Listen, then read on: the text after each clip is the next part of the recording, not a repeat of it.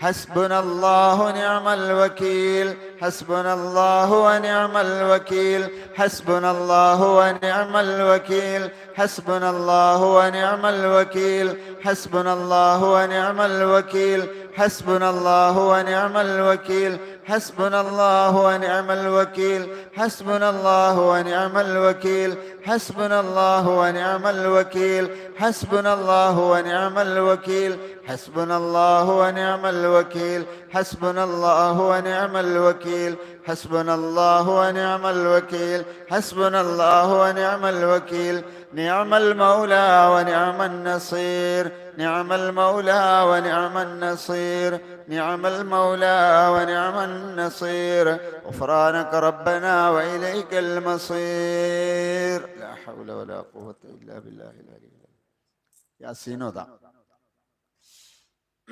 ഒപ്പം ഓതിയാൽ മതി, അല്ലെങ്കിൽ മുസാഹിഫ് എടുത്ത് ഓതാം. بسم الله الرحمن الرحيم ياسين والقرآن الحكيم إنك لمن المرسلين على صراط مستقيم تنزيل العزيز الرحيم لتنذر قوما ما أنذر آباؤهم فهم غافلون لقد حق القول على أكثرهم فهم لا يؤمنون إنا جعلنا في أعناقهم أغلالا فهي إلى الأذقان فهم مقمحون وجعلنا من بين أيديهم سدا ومن خلفهم سدا فأغشيناهم فهم لا يبصرون وسواء عليهم أنذرتهم أم لم تنذرهم لا يؤمنون إنما تنذر من اتبع الذكر وخشي الرحمن بالغيب فبشره بمغفرة وأجر كريم إنا نحن نحيي الموتى ونكتب ما قدموا وآثارهم وكل شيء أحصيناه في إمام مبين واضرب لهم مثلا أصحاب القرية إذ جاءها المرسلون إذ أرسلنا إليهم اثنين فكذبوهما فعززنا بثالث فقالوا إنا إليكم مرسلون قالوا ما أنتم إلا بشر مثلنا وما أنزل الرحمن من شيء إن أنتم إلا تكذبون قالوا ربنا يعلم إنا إليكم لمرسلون وما علينا إلا البلاغ المبين قالوا إنا تطيرنا بكم لئن لم تنتهوا لنرجمنكم وليمسنكم منا عذاب أليم قالوا طائركم معكم أئن ذكرتم بل أنتم قوم مسرفون وجاء من أقصى المدينة رجل يسعى قال يا قوم اتبعوا المرسلين اتبعوا من لا يسألكم أجرا وهم مهتدون وما لي لا أعبد الذي فطرني وإليه ترجعون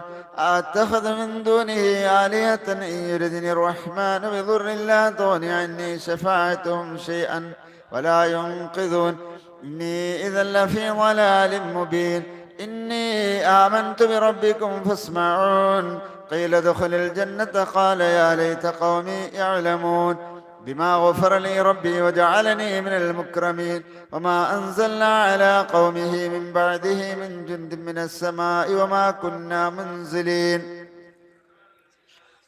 واحدة فإذا هم خامدون يا حسرة على العباد ما يأتيهم من رسول إلا كانوا به يستهزئون ألم يروا كم أهلكنا قبلهم من القرون أنهم إليهم لا يرجعون وإن كل لما جميع لدينا محضرون وآية لهم الأرض الميتة أحييناها وأخرجنا منها حبا فمنه يأكلون وجعلنا فيها جنات من نخيل وأعناب وفجرنا فيها من العيون ليأكلوا من ثمره وما عملته أيديهم أفلا يشكرون سبحان الذي خلق الأزواج كلها مما تنبت الأرض ومن أنفسهم ومما لا يعلمون وآية لهم الليل نسلخ منه النهار فإذا هم مظلمون والشمس تجري لمستقر لها ذلك تقدير العزيز العليم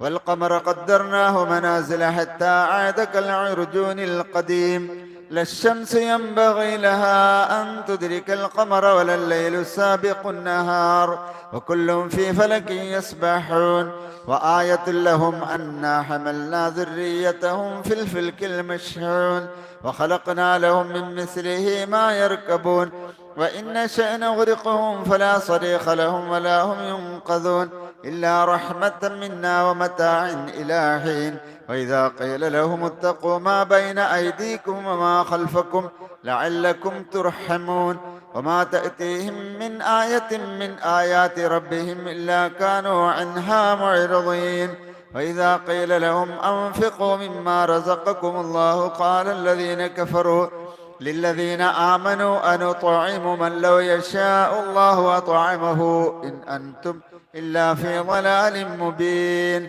ويقولون متى هذا الوعد إن كنتم صادقين ما ينظرون إلا صيحة واحدة تأخذهم وهم يخصمون فلا يستطيعون توصية ولا إلى أهلهم يرجعون ونفخ في الصور فإذا هم من الأجداث إلى ربهم ينسلون قالوا يا ويلنا من بعثنا من مرقدنا هذا ما وعد الرحمن وصدق المرسلون إن كانت إلا صيحة واحدة فإذا هم جميع لدينا محضرون فاليوم لا تظلم نفس شيئا ولا تجزون إلا ما كنتم تعملون إن أصحاب الجنة اليوم في شغل فاكهون هم وأزواجهم في ظلال على الأرائك متكئون لهم فيها فاكهة ولهم ما يدعون سلام قولا من رب رحيم وامتازوا اليوم أيها المجرمون ألم أعهد إليكم يا بني آدم ألا تعبدوا الشيطان إنه لكم عدو مبين وأن اعبدوني هذا صراط مستقيم ولقد أضل منكم جبلا كثيرا أفلم تكونوا تعقلون هذه جهنم التي كنتم توعدون اصلوها اليوم بما كنتم تكفرون اليوم نختم على أفواههم وتكلمنا أيديهم وتشهد أرجلهم بما كانوا يكسبون ولو نشاء لطمسنا على أعينهم فاستبقوا الصراط فأنى يبصرون ولو نشاء لمسخناهم على مكانتهم فما استطاعوا مضيا ولا يرجعون ومن نعمره ننكسه في الخلق أفلا يعقلون وما علمناه الشعر وما ينبغي له إن هو إلا ذكر وقرآن مبين لينذر من كان حيا ويحق القول على الكافرين أولم يروا أنا خلقنا لهم مما عملت أيدينا أنعاما فهم لها مالكون وذللناها لهم فمنها ركوبهم ومنها يأكلون ولهم فيها منافع ومشارب أفلا يشكرون واتخذوا من دون الله آلهة لعلهم ينصرون لا يستطيعون نصرهم وهم لهم جند محضرون فلا يحزنك قولهم إنا نعلم ما يسرون وما يعلنون أولم ير الإنسان أنا خلقناه من نطفة فإذا هو خصيم مبين وضرب لنا مثلا ونسي خلقه قال من يحيي العظام وهي رميم قل يحييها الذي أنشأها أول مرة وهو بكل خلق عليم الذي جعل لكم من الشجر الأخضر نارا فإذا أنتم منه توقدون أوليس الذي خلق السماوات والأرض بقادر على أن يخلق مثلهم بلى وهو الخلاق العليم إنما أمره إذا أراد شيئا أن يقول له كن فيكون فسبحان الذي بيده ملكوت كل شيء وإليه ترجعون صدق الله العظيم وصدق وبلغ رسوله النبي الكريم وأنا على ذلك من الشاكرين الحمد لله رب العالمين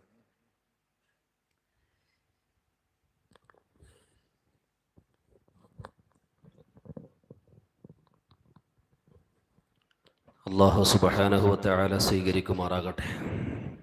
ബഹുമാനികളെ, ഇന്ന് നമ്മുടെ സ്വലാത്തിൻ്റെ മജ്ലിസിലേക്ക് ഭക്ഷണം ഷഹബിൻ അല്ലേ, മോൻ്റെ പേര് അങ്ങനെയല്ലേ, ഷഹബിൻ്റെ വകയാണ്. ഷഹബിൻ്റെ പേരിലാണ് കഴിഞ്ഞ തിങ്കളാഴ്ച ദിവസമാണ് നമ്മിൽ നിന്നും യാത്രയായത്. 17-ാം വയസ്സിൽ ഈ ലോകത്ത് നിന്ന് വിടപറയേണ്ടി വന്ന പൊന്നുവേൻ്റെ പേരിലാണ് ഇന്ന് നമ്മുടെ സ്വലാത്തിൻ്റെ മജ്‌ലിസിലേക്കുള്ള ഭക്ഷണം. ഒരുപാട് ആഗ്രഹങ്ങളും പ്രതീക്ഷകളും സ്വപ്നങ്ങളുമെല്ലാം ബാക്കി വെച്ച് 17ാമത്തെ വയസ്സിൽ നമ്മിൽ നിന്നും യാത്ര പോകുമ്പോൾ ഭൂമി ലോകത്ത് ഏകദേശം 6205 ദിവസം ഏകദേശം ആണ് ഷഹബിൻ നമ്മുടെ കൂടെ ഉണ്ടായിരുന്നത്. അതുപോലെ തന്നെ ഈ അടുത്ത സമയത്താണ് സിയാദ് എന്ന് പറയുന്ന ഒരു കുട്ടിയും 18 വയസ്സ്, ഒരു വർഷം തികഞ്ഞുള്ളൂ. കഴിഞ്ഞ മാസമാണ് ആണ്ട്, ഈ മാസം ഷഹബിനും. അങ്ങനെ ഒരുപാട് കുട്ടികൾ നമ്മിൽ നിന്നും ഇങ്ങനെ യാത്രയായിക്കൊണ്ടിരിക്കുകയാണ്. അവൻ്റെ കൂട്ടുകാരല്ലേ വന്നിരിക്കുന്ന അധികവും അല്ലേ? ആരൊക്കെയായിരുന്നു പുതിയ വന്നവരൊക്കെ അല്ലേ? അല്ലാഹു തആല അവന് റാഹത്ത് പ്രദാനം ചെയ്യുമാറാകട്ടെ. അവന് വേണ്ടി സുഹൃത്തുക്കൾ എന്ന നിലയിൽ നമുക്ക് എന്ത് ചെയ്യാൻ കഴിയും? ഈ അവസരത്തിൽ സ്വലാത്തിൻ്റെ മജ്‌ലിസിൽ ഇരുന്നു കൊണ്ട് നമുക്ക് ഒരു തീരുമാനമെടുക്കാൻ കഴിയും. 100 സ്വലാത്ത് വീതം നമ്മുടെ പ്രിയ സുഹൃത്തിന് വേണ്ടി എല്ലാ ദിവസവും ചെല്ലുമെന്ന ഒരു തീരുമാനം നാം എടുത്താൽ നമ്മുടെ സൗഹൃദം യഥാർത്ഥമാണ്. അല്ലെങ്കിൽ നമ്മുടെ സൗഹൃദവും നമ്മുടെ വിഷമവുമെല്ലാം വെറുതെയാകും. അവനിക്ക് ഉപകാരമുണ്ടാകുന്ന എന്തെങ്കിലും കാര്യം നമുക്ക് ചെയ്യാനും നമ്മുടെ മരണം വരെ ഈ സൗഹൃദം നിലനിന്ന് നിൽക്കാനും മരണത്തിന് ശേഷം അവനോടുകൂടെ തന്നെ സ്വർഗത്തിൽ ഒരുമിച്ച് കൂടാനുമുള്ള സാഹചര്യമാകും ആ ഒരു തീരുമാനം. എടുക്കൂലേ എല്ലാവരും? കൈബുക്ക് 100 സ്വലാത്ത് എൻ്റെ കൂട്ടുകാരന് വേണ്ടി ഇൻഷാ അല്ലാഹ് ഞാൻ ചൊല്ലിക്കൊള്ളാം എന്ന് പറയുന്നു. അവൻ്റെ പേരെന്താ? യാസിർ. അല്ലാഹു തആല സ്വീകരിക്കട്ടെ, അല്ലാഹു തആല കബൂലാക്കട്ടെ. മരണം വരെ നിലനിർത്താൻ അല്ലാഹു തൗഫീഖ് നൽകുമാറാകട്ടെ. അടുത്ത കൂട്ടുകാരൻ്റെ പേര് യാസീൻ. ഇൻഷാ അല്ലാഹ് അല്ലാഹു തആല ചൊല്ലാൻ തൗഫീഖ് നൽകുമാറാകട്ടെ. അടുത്ത കൂട്ടുകാരൻ്റെ പേര് ഇനി ആരാ? 100 സ്വലാത്ത് എൻ്റെ കൂട്ടുകാരന് വേണ്ടി എല്ലാ ദിവസവും ഞാൻ ചെല്ലുമെന്ന് ഒരു തീരുമാനമെടുത്താൽ അതൊരു റാഹത്താണ്. പേരെന്താ മോൻ്റെ? അൻസാബ് അല്ലേ? അൻസാബിൻ. ഇൻഷാ അല്ലാഹ് അല്ലാഹു തആല സ്വീകരിക്കുമാറാകട്ടെ. മരണം വരെ നിലനിർത്താൻ അല്ലാഹു തൗഫീഖ് നൽകുമാറാകട്ടെ. ഇനി ആരാ? ഏറ്റവും അടുത്ത കൂട്ടുകാരൻ, മോൻ്റെ പേരെന്താ? ഫർസിൻ. ഇൻഷാ അല്ലാഹ് അല്ലാഹു തആല സ്വീകരിക്കുമാറാകട്ടെ. അല്ലാഹു മരണം വരെ നിലനിർത്താൻ തൗഫീഖ് നൽകുമാറാകട്ടെ. ഇനി ആരാ?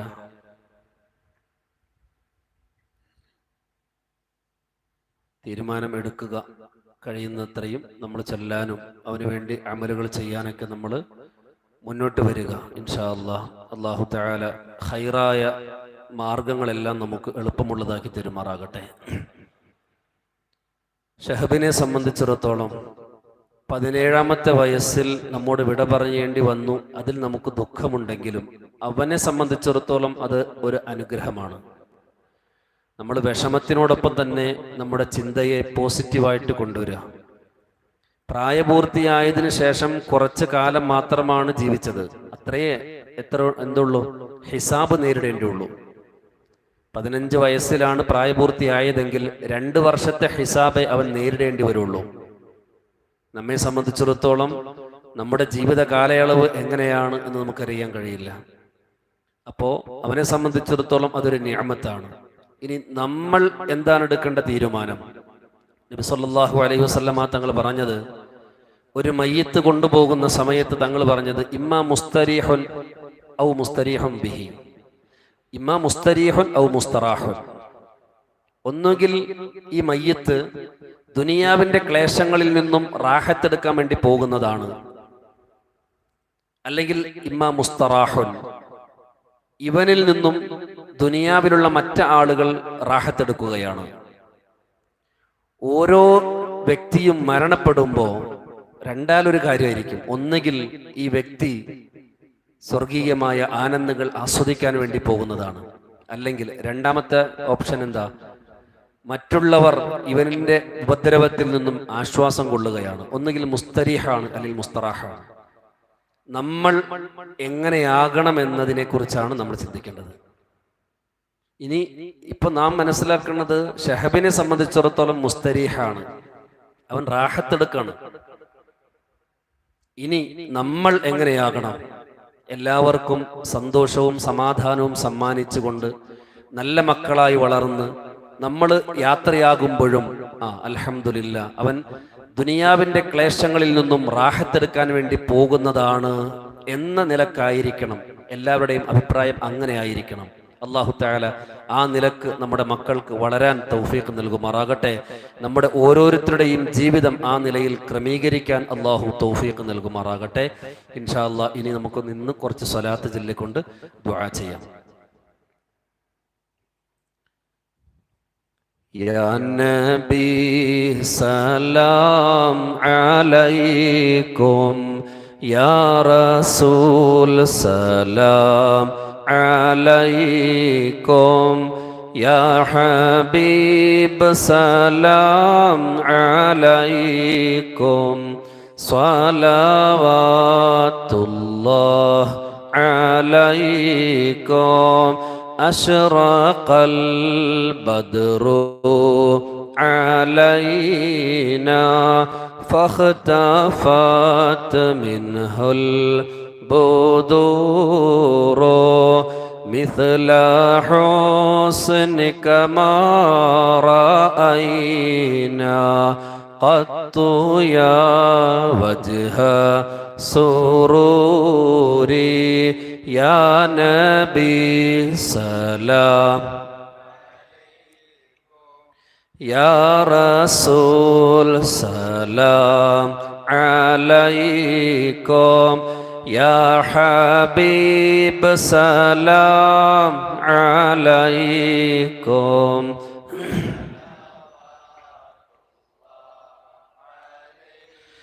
أنت شمس أنت بدر أنت نور فوق نوري أنت إكسير وغالي أنت مصباح صدوري. يا نبي سلام عليكم, يا رسول سلام عليكم, يا حبيب سلام عليكم. صلوات الله. يا حبيبي يا محمد, يا عروس الخافقين, يا مؤيد يا ممجد, يا إمام القبلتين. يا نبي سلام، سلام عليكم, يا حبيب سلام عليكم.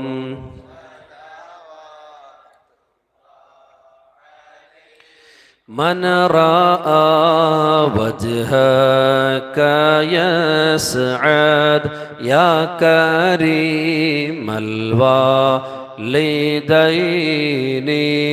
حوضك الصافي المبرد وردنا يوم نشوري. يا نبي سلام عليكم, يا رسول سلام عليكم, يا حبيب سلام عليكم.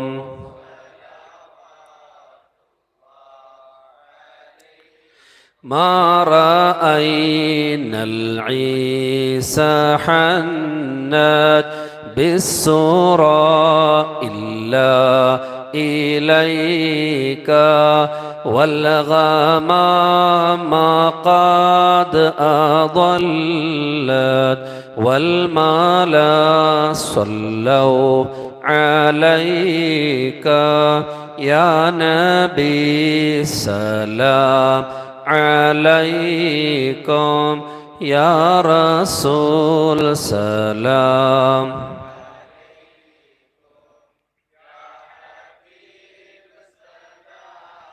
عليكم صلوات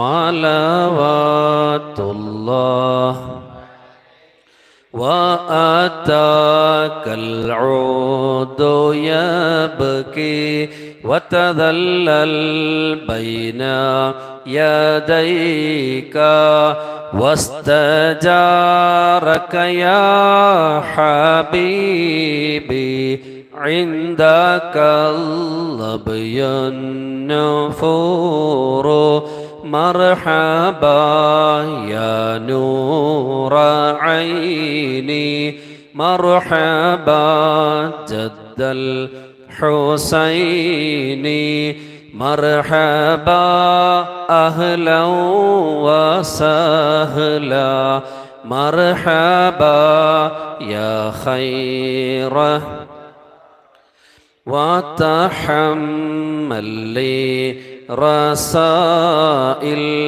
أيها الشوق الجزيل نحوها تلك المنازل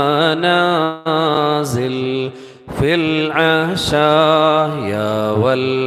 والبكور مرحبا يا نور عيني مرحبا جد الحسين مرحبا أهلا وسهلا مرحبا يا خير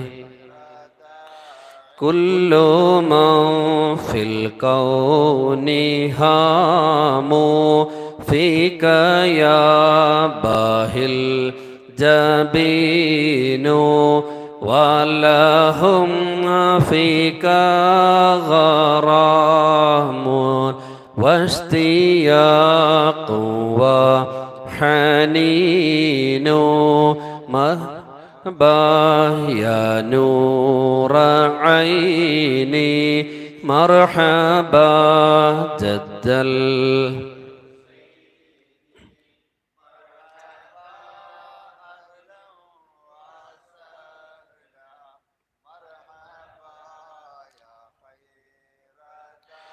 الصلاة والسلام عليك يا رسول الله الصلاة والسلام عليك يا حبيب الله عبدك المسكين يرجو فضلك الجم الغفير فيك قد أحسنت ظني يا بشير يا نذير الصلاة والسلام عليك يا رسول الله الصلاة والسلام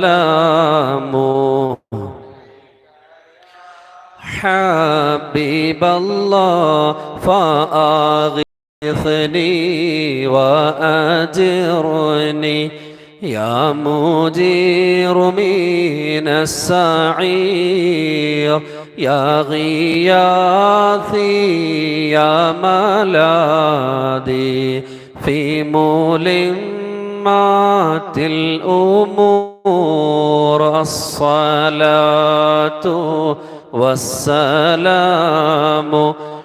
عليك يا رسول الله الصلاة والسلام عليك يا حبيب الله فاز عبد قد تملى وانجلى عنه الهموم فيك بدر تجلى فلك الوصف الحسيب الصلاة والسلام عليك يا رسول الله الصلاة والسلام عليك يا حبيب الله يا ولي الحسنات يا رفيع الدرجات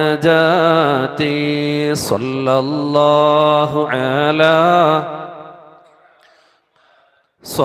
الله عليه كفيرا عني ذنوبي واغفرا لسيئاتي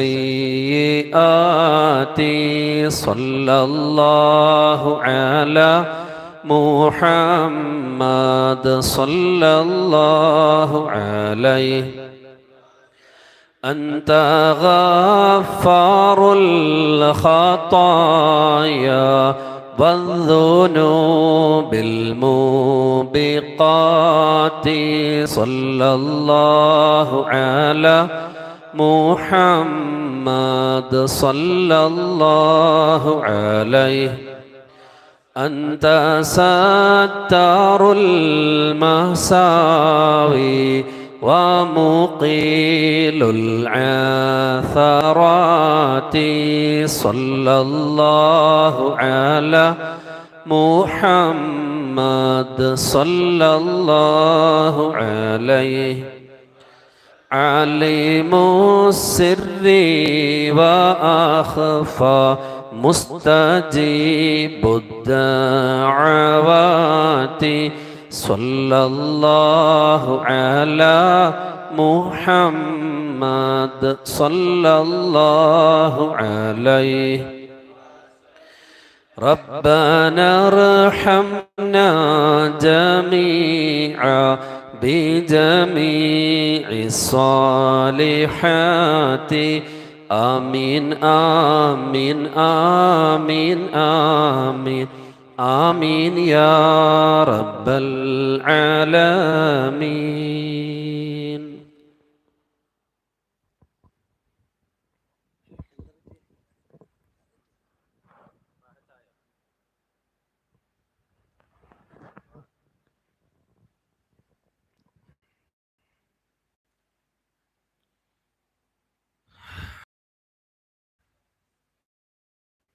വിഷമമില്ലല്ലോ?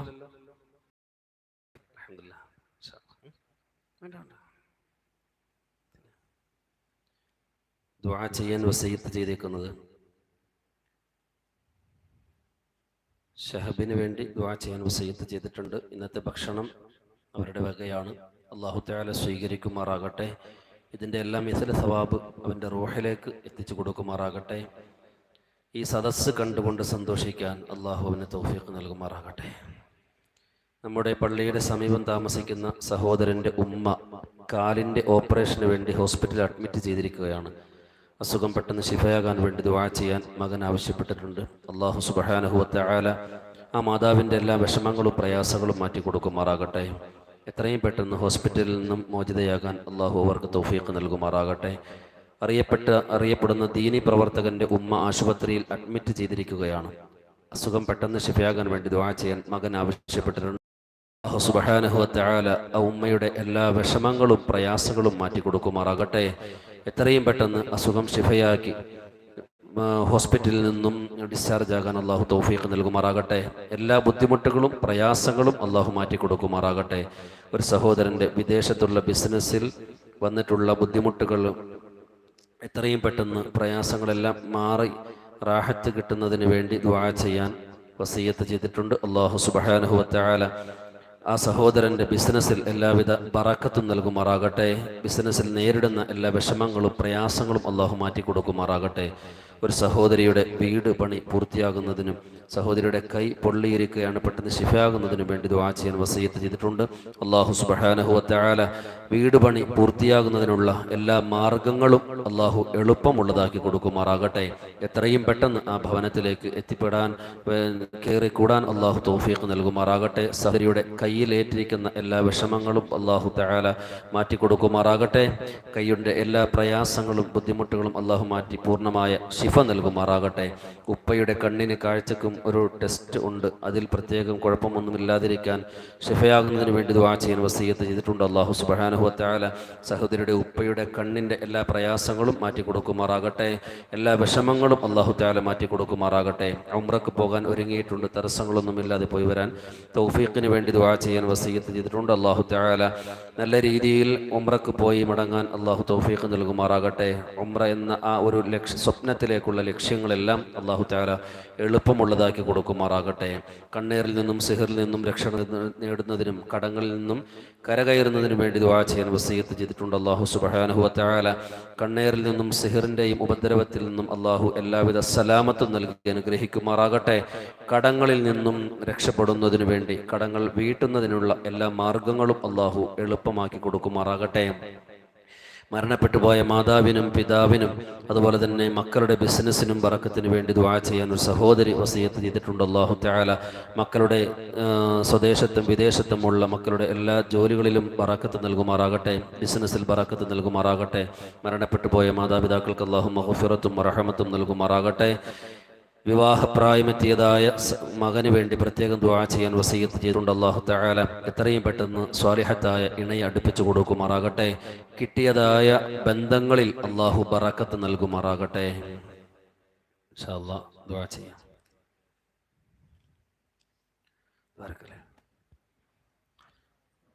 ഏതാ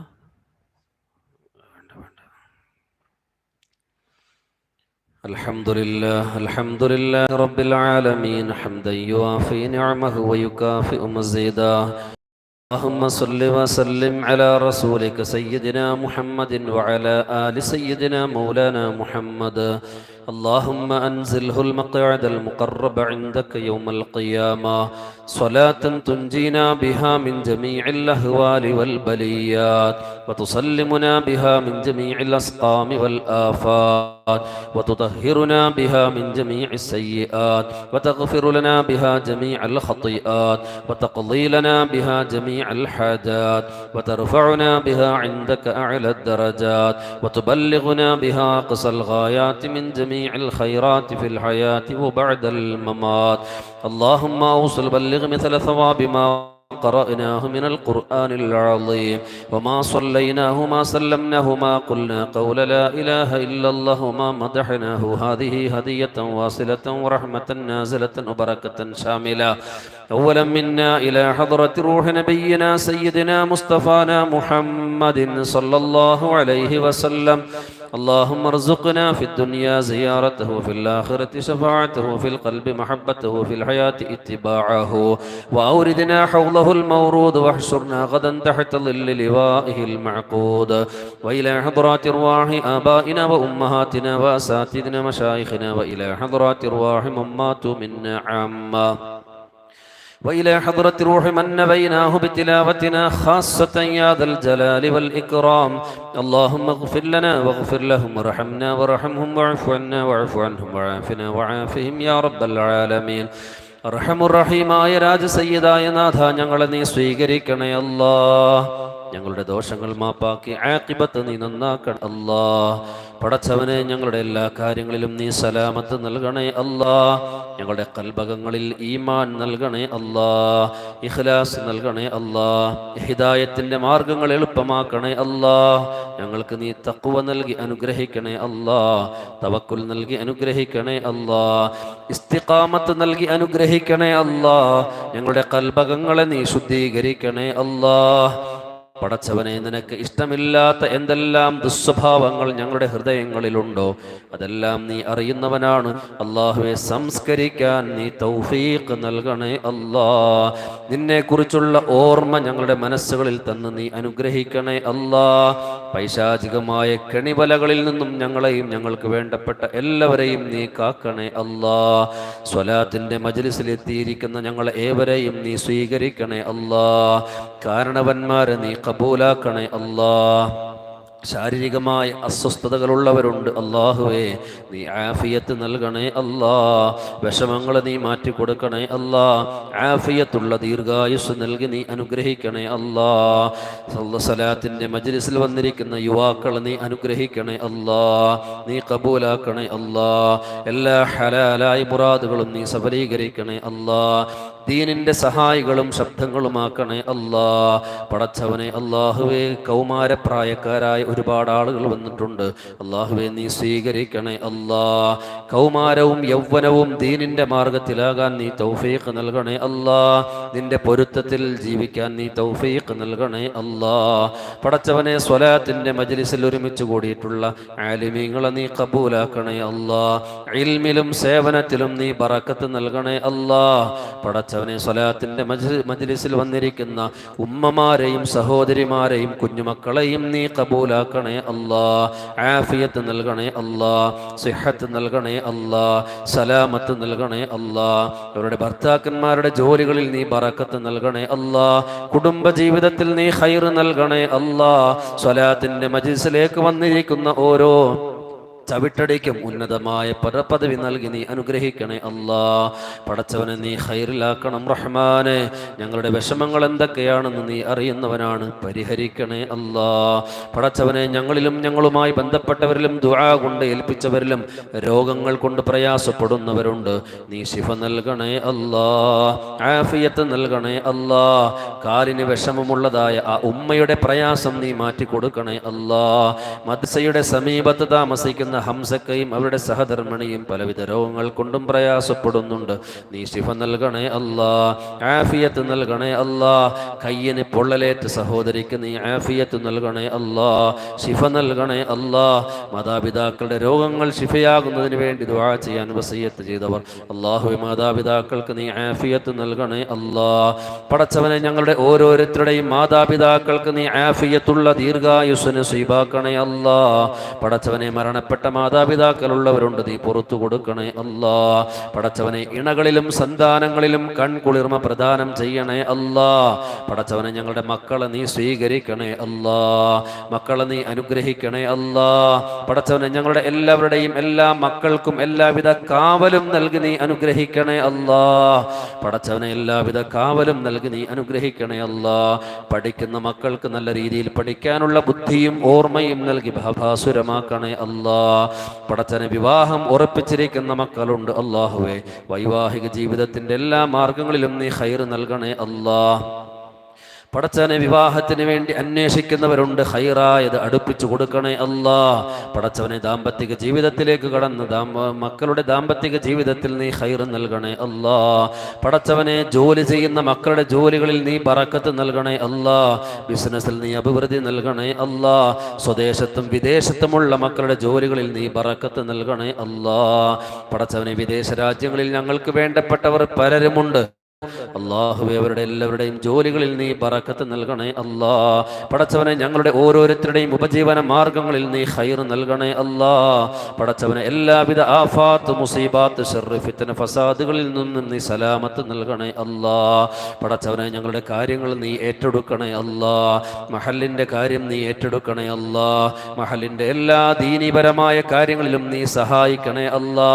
പള്ളിയുടെ പുനർപ്രവർത്തനത്തിന് അല്ലാഹുവേ, നിർമ്മാണ പ്രവർത്തനങ്ങൾ നീ എളുപ്പമുള്ളതാക്കണേ അല്ലാ.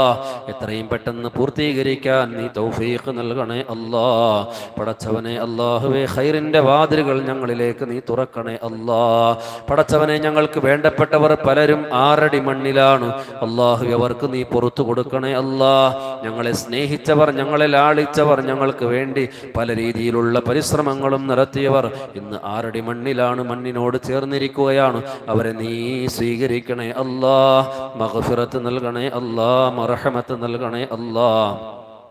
പ്രത്യേകിച്ച് ഞങ്ങളുടെ ഷബിൻ മോനെ നീ സ്വീകരിക്കണേ അല്ലാ. നീ കബൂലാക്കണേ അല്ലാ. മഗ്ഫിറത്ത് നൽകണേ അല്ലാ. മർഹമത്ത് നൽകണേ അല്ലാ. 40 ദിവസം നീണ്ടു നിൽക്കുന്ന ചോദ്യം ചെയ്യൽ നീ എളുപ്പമുള്ളതാക്കണേ അല്ലാ. പടച്ചവനെ, സന്തോഷകരമായ അവസ്ഥ നീ നിലനിർത്തി കൊടുക്കണേ അല്ലാ. പടച്ചവനെ, ഖബർ ജീവിതം നീ റാഹത്തിലാക്കണേ അല്ലാ. ഖബറിനെ നീ പ്രകാശപൂരിതമാക്കണേ അല്ലാ. വിശാലമാക്കി കൊടുക്കണേ അല്ലാ. യാടകളും സ്വർഗീയമായ ആനന്ദങ്ങളും നൽകി നീ അനുഗ്രഹിക്കണേ അല്ലാ. സ്വർഗത്തിൽ നിന്നുള്ള വാതിലുകൾ ആ ഖബറിലേക്ക് നീ തുറന്നു കൊടുക്കണേ അല്ലാ. പടച്ചവനെ, പരലോകത്തിന്റെ ഒരു പ്രയാസവും നീ കൊടുക്കല്ലേ അല്ലാ. പടച്ചവനെ, ജീവിതത്തിന്റെ സ്വപ്നങ്ങൾ ബാക്കി വെച്ചുകൊണ്ട് യാത്രയായ സഹോദരനെ നീ കബൂലാക്കണേ അല്ലാ. റഹ്മാനെ, നീ സ്വീകരിക്കണേ അല്ലാ. ആ പൊന്നുമോന്റെ പേരിലാണ് ഇന്ന് ഭക്ഷണം നൽകുന്നത്. അല്ലാഹുവേ, സ്വീകരിക്കണേ അല്ലാ. പടച്ചവനെ, നീ കബൂലാക്കണേ അല്ലാ. കൺകുളിർമയുള്ള പ്രതിഫലം നൽകി നീ അനുഗ്രഹിക്കണേ അല്ലാ. പടച്ചവനെ, ഞങ്ങൾക്ക് എല്ലാവിധ അഫിയത്തും നസീബാക്കണേ അല്ലാ. ഞങ്ങളെ നീ സ്വീകരിക്കണേ അല്ലാ. ഞങ്ങളുടെ ആഖിബത്ത് നീ നന്നാക്കി തരണേ അല്ലാ. പടച്ചവനെ, ഞങ്ങളുടെ ആഖിബത്ത് നീ നന്നാക്കി തരണേ അല്ലാ. ഞങ്ങളോട് നിനക്ക് ഏറ്റവും ഇഷ്ടം തോന്നുന്ന സമയത്ത് ഞങ്ങളെ നീ മരിപ്പിക്കണേ അല്ലാ. പടച്ചവനെ, അല്ലാഹു, ഞങ്ങളുടെ കൈകാലുകളെ തളർത്തിക്കളയല്ലേ അല്ലാ. ഞങ്ങൾക്ക് തന്നിട്ടുള്ള നിഅമത്തുകൾ നീ എടുക്കല്ലേ അല്ലാ. ഞങ്ങളുടെ കയ്യിന്റെ സ്വാധീനം, കണ്ണിന്റെ സ്വാധീനം, കാലിന്റെ സ്വാധീനം ഒന്നും നീ എടുത്തു കളയല്ലേ അല്ലാ. ഞങ്ങൾക്ക് നൽകിയിട്ടുള്ള ഞങ്ങളുടെ മക്കൾ ഞങ്ങൾക്ക് നൽകിയ നിഅമത്തുകളാണ്. അല്ലാഹുവേ, ജീവിതകാലത്ത് ഖബറടക്കേണ്ട അവസ്ഥ നീ വരുത്തല്ലേ അല്ലാ.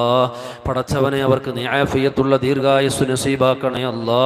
മക്കളെ നീ സ്വീകരിക്കണേ അല്ലാ. ഞങ്ങൾ ദീൻ പറഞ്ഞു കൊടുക്കുന്ന മക്കളെയും നീ കബൂലാക്കണേ അല്ലാ. പടച്ചവനെ, ഞങ്ങളെ നീ സ്വീകരിക്കണം റഹ്മാനെ.